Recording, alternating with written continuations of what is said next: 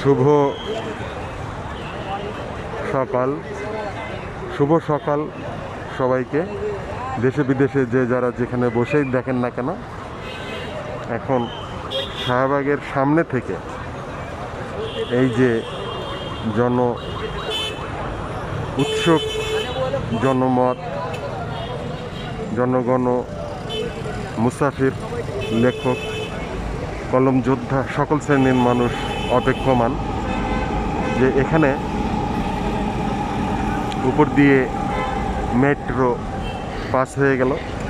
এখানে ঢাকা বিশ্ববিদ্যালয়ের টিএসসির আগের থেকে রাত 12টার আগে এদিকে সাধারণ মানুষ থেকে শুরু করে সবাইকে চলাচল নিষিদ্ধ করেছে এবং বিভিন্ন চ্যানেল থেকে, আমি একটি ক্ষুদ্র চ্যানেল, এই চ্যানেলে যতটুকু সম্ভব মতামত প্রকাশ করতে যাচ্ছি এবং রাত 12টার আগে কোনো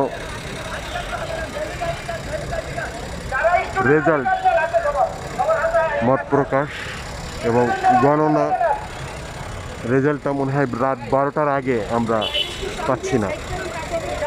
সাধারণ মানুষের উৎসাহ উদ্দীপনা, ছাত্রছাত্রীরা নির্ভীক সৈনিকের মতো ট্রাফিক সিগন্যাল থেকে শুরু করে সব ধরনের কর্মকাণ্ড সেই সকাল থেকে বলা যায় 1 মাস আগের থেকে এই প্রস্তুতির বহিঃপ্রকাশ খুব সুন্দরভাবে প্রকাশ করে যাচ্ছে। রাত 12টার পরে ছাড়া আমরা এর কোনো রেজাল্ট আশা করতে পারছি না। শুধু দর্শক, এখানে হতাহত অনেক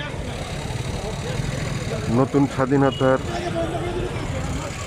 পক্ষে অনেক ছাত্র, অভিভাবক, ভাই বোন তারা এসেছেন। আশা করি রাত 12টার আগে ফলাফল জানতে পারবো। তবে মানুষ এতটাই উদ্বিগ্ন, এতটাই উৎকণ্ঠা, এতটাই উজ্জীবিত হয়েছে যে বাংলাদেশ জামাত ইসলামীকে তারা এবার সরকার হিসাবে এই নতুন প্রজন্ম দেখতে চায়। সেই হিসাবে প্রশাসনের সবাই খুব বেশি সোচ্চার। হিন্দু, মুসলিম, বৌদ্ধ, খ্রিস্টান সব একটাই আমরা যে জাতি এবং আমরা সত্যের পক্ষে এবারের ভোট দিতে যাচ্ছি। আমি নিজেই এবার বলা যায় যে 30 বছর পরে ভোট কেন্দ্রে যাব।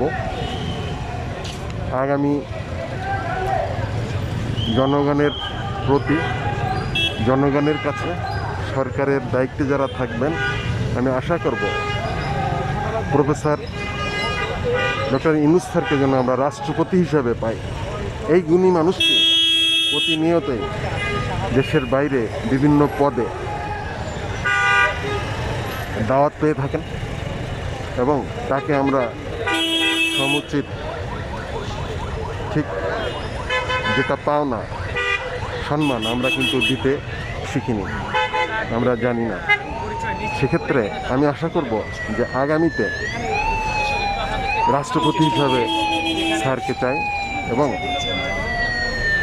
ইসলামী সরকারের প্রধান যারা থাকবেন তারা তাকে সঠিক মর্যাদা দিয়ে আমাদেরকে বেঁচে থাকার একটু সুস্থ, সুন্দর পরিবেশ, দেশ ও জাতির কল্যাণে 18 কোটি মানুষের দাবি থাকলো।